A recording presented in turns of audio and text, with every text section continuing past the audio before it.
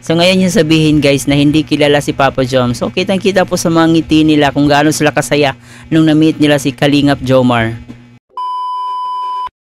And hello guys, once again, welcome back muli sa ating channel. Ito po yung host na si Chloe TV, muling magbibigay ng panibagong reaction video sa araw na to. So ayan guys, no, happy Sunday po sa inyong lahat. Saan man kayo ng dako ng mundo. And mag-ingat po kayo palagi. Saka sa ating mga solid OFW na palaging nanonood to sa ating reaction video at sa ating Team Kalingap. Siyempre maraming salamat po sa inyong lahat. And of course guys, no, sa ating mga bagong pasok pa lang dito sa ating channel, baka di pa kayo nakapag-subscribe, ayan, mag-subscribe na po kayo. So ngayon meron tayong panibagong reaction kasi yung mga sinasabi ng mga bashers daw ay itong si Kalingap Jomar ay hindi daw dumadalaw kay Carla habang naka-confine pa daw ito. So gaano nga ba yan katotoo? Kasi ngayon ay malalaman natin kung totoo nga ba yung mga sinasabi nila na wala daw dalaw-dalaw si Papa Joms doon sa hospital. Ganun talaga yung mga bashers, no? So, ayan, bago natin simulan, huwag kalimutan mag-subscribe, paki-like and share na nitong video para i-recommend pa tayo ni YouTube. At higit sa lahat, palagi nating suportahan ang nag-iisang ama ng Kalingap na si Kuya Bal Santos Matubang, Ate Edna Vlog and Kalingap Rob. Suportahan po natin ang ating Keyboys, Kalingap Partners, mga charity vloggers sa Pilipinas na tumutulong sa ating mga kababayang mahihirap. At saka ang aking mga kasamang Kalingap reactors guys, no? Suportahan niyo po natin sila. Ayan. So ngayon guys ay ating bibigyan ng reaction video itong upload ni Kalingap Carl kung saan nga po kasama niya dito si Papa Joms. So dito nga sa kanyang title, To the Rescue si Papa Joms, lumipad agad galing Naga. So ano kaya, bakit kaya nasabing to the rescue agad? No, syempre ating malalaman yan. Panoorin na muna natin to. May agenda kami ni Papa Joms dahil alam na po ng lahat na confine po si Carla. And then sakto naman po ngayon is Jomcar ngayon. So may mga upload itong video na to is nung nakaraang araw pa pala to, yung hindi pa na-upload yung Jomcar Part 94. So ayan, ano yung agenda nila dito? Pabili po sa amin and doon po sama kay Papa Joms para kasi di ko kayang dalhin sa motor ko yun eh. So yung mga pinapabili, so nagpaalam naman ako na papasama tayo. So let's go. Thank you. Let's go. Thank you. A few moments later. Hello po. Kilalang kilala sila guys kasi nung pagpasok pa lang ni Papa Joms, tinitingnan siya nung isang matanda, ano? Ganun pala kasikat yung ating Kalingap, no? Si Papa Joms, kilalang kilala siya ni Nanay eh. Nakasmile agad si Nanay nung papalapit si Papa Joms. May tatanong lang po kami kasi pwede po mag-vlog. Ano pa kasi po, may gusto pong mga ipagawa na parang di ba? Sabi ni Nanay, "Uy, Kalingap." Di ba? So it means kilalang kilala talaga sila diyan sa lugar na 'yan. Nanonood rin po yan sa mga Kalingap. Siguro nanonood yan ng Jomcar. Yung sa basket po, magkasama po yung flowers tas mga prutas. Pwede po yun? Meron po kayong basket dyan na Meron kaming basket dito na... Pwede yung basket na prutas. Oh, pwede. May kasama. Meron po? Meron basket na prutas. Ako na lang Ay siya po. Saan po kaya meron ng basket? Nakakabili. Dito ako nagbili sa may elevated plaza. Sa may elevated po. Ayo bro. Mga native ko. Tapos prutas. Oh, bili na tayo prutas.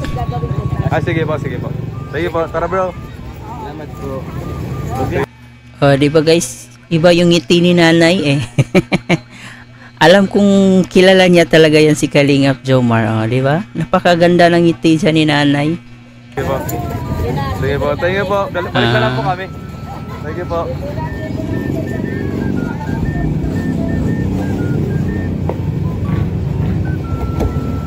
Ito na po mga Kalingap, nakabili na po tayo ng basket. So bibili sila ng basket, tapos bibili sila ng mga prutas. Lalagyan po ng fruits and flowers po. ay papa-arrange natin po dun sa ano, flower shop mamaya. So bili lang po kami ng fruits ni Papa Joms. You know. Let's go. Go. Mga kalingap, nakabili na po tayo ng mga prutas po. Meron po tayong mangga, meron tayong banana, and meron tayong orange, and kiat-kiat dito. May grapes and may apple. Yung mga usually na ano, na binibigay sa mga ano, may naramdaman, may sakit. So yun. Ngayon po, on the way na kami doon sa papa-arrange natin ng ano, flowers and fruits. Doon po sa tinanungan namin kanina, Papa Joms. So let's go na po mga kalingap. Una ka na. Kaya bro. So yun po. Ingat po. Nabili na po natin yung mga prutas. Kayo po ate oh. Kayo na pong bahala kung ano po gagawin nyo dyan. So dito guys, binili po nila yung flowers at saka yung basket na magkahiwalay. I mean yung fruits, no? Binili nila tapos sila nanay na lang yung mag-arrange. Oh, tapos po bulaklak. Tanungin ko lang po ano pong bulaklak ang gusto niya. Ito, bulaklak, may sunflower. Sige po. Bro, halika bro. Ano po kasi yung balak po namin, yung bulaklak, isasama namin dyan sa ano. Parang arrange lang ang ilalagay. Tapos sa iba, gitnang bulaklak. Opo, pwede pong kung kayo na pong bahala kung ano pong arrangement ang gagawin ninyo. Basta po yung sa isang basket nandiyan na po yung fruits tapos flowers. Opo. Kasama na. Opo. Bro, pili ka bro ng mga bulaklak na ilalagay mo. Para may yan. Sige bro, pili ka bro. Diba? Diba guys, pinagkakaguluhan dito si Papa Joms. Ganon ka sikat si Papa Joms, no? Kilalang kilala siya dyan. Kilalang kilala siya sa ating mga nanay dyan. Grabe naman. Ay, thank you po. Hello po kayo. Oh, diba? Mga followers pala. So, tingnan nyo guys, yung ngiti nila nanay, diba? Sobrang saya nila nung makita nila yung idol nila. So, ibig sabihin guys, sikat talaga si Papa Joms. Sa mga nagsasabing hindi daw sikat, so sila po yung mga bitter, no? Mga bashers. So ngayon yung sabihin guys na hindi kilala si Papa Joms. So kitang-kita po sa mga ngiti nila kung gaano sila kasaya nung na-meet nila si Kalingap Jomar. Sige bro. Sige bro, pili ka namang bulaklak. Siguro rose or pili ka ng bulaklak yung talagang magugustuhan ni Carla Bells. Ayan. Ayusin nyo yung pag-arrange nanay ha, para balik-balikan kayo dyan ni Papa Joms.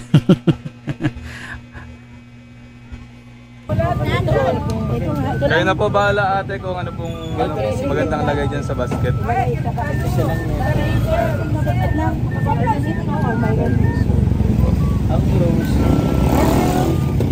Ilang rose po bro? Tatlo. Oo, samahan niyo mong rose. Yung lalagay dyan. Ay, pwede. Pwede po.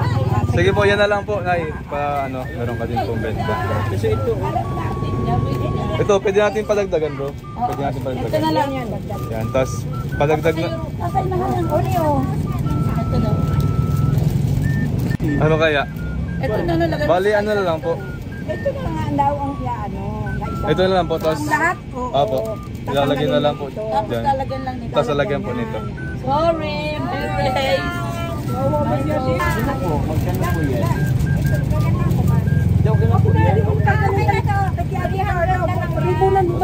Oh, grabe oh. Ayan po, may binili po si Papa Joms para kay Carla. Oh, may separate pang binili si Papa Joms ha. Dami tuling flowers ni Carla doon sa hospital. May nagbigay na ng flowers pero hindi pa nakontento si Papa Joms. Gusto pa niyang bilhan ng kanyang Carla Bells.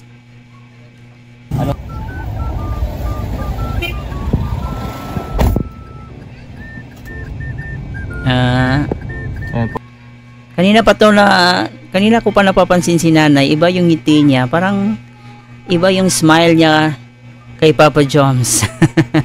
Isa siguro to sa avid fan ni Kalingap Jomar or sa Jomcar si nanay kasi halatang halata yung smile niya guys.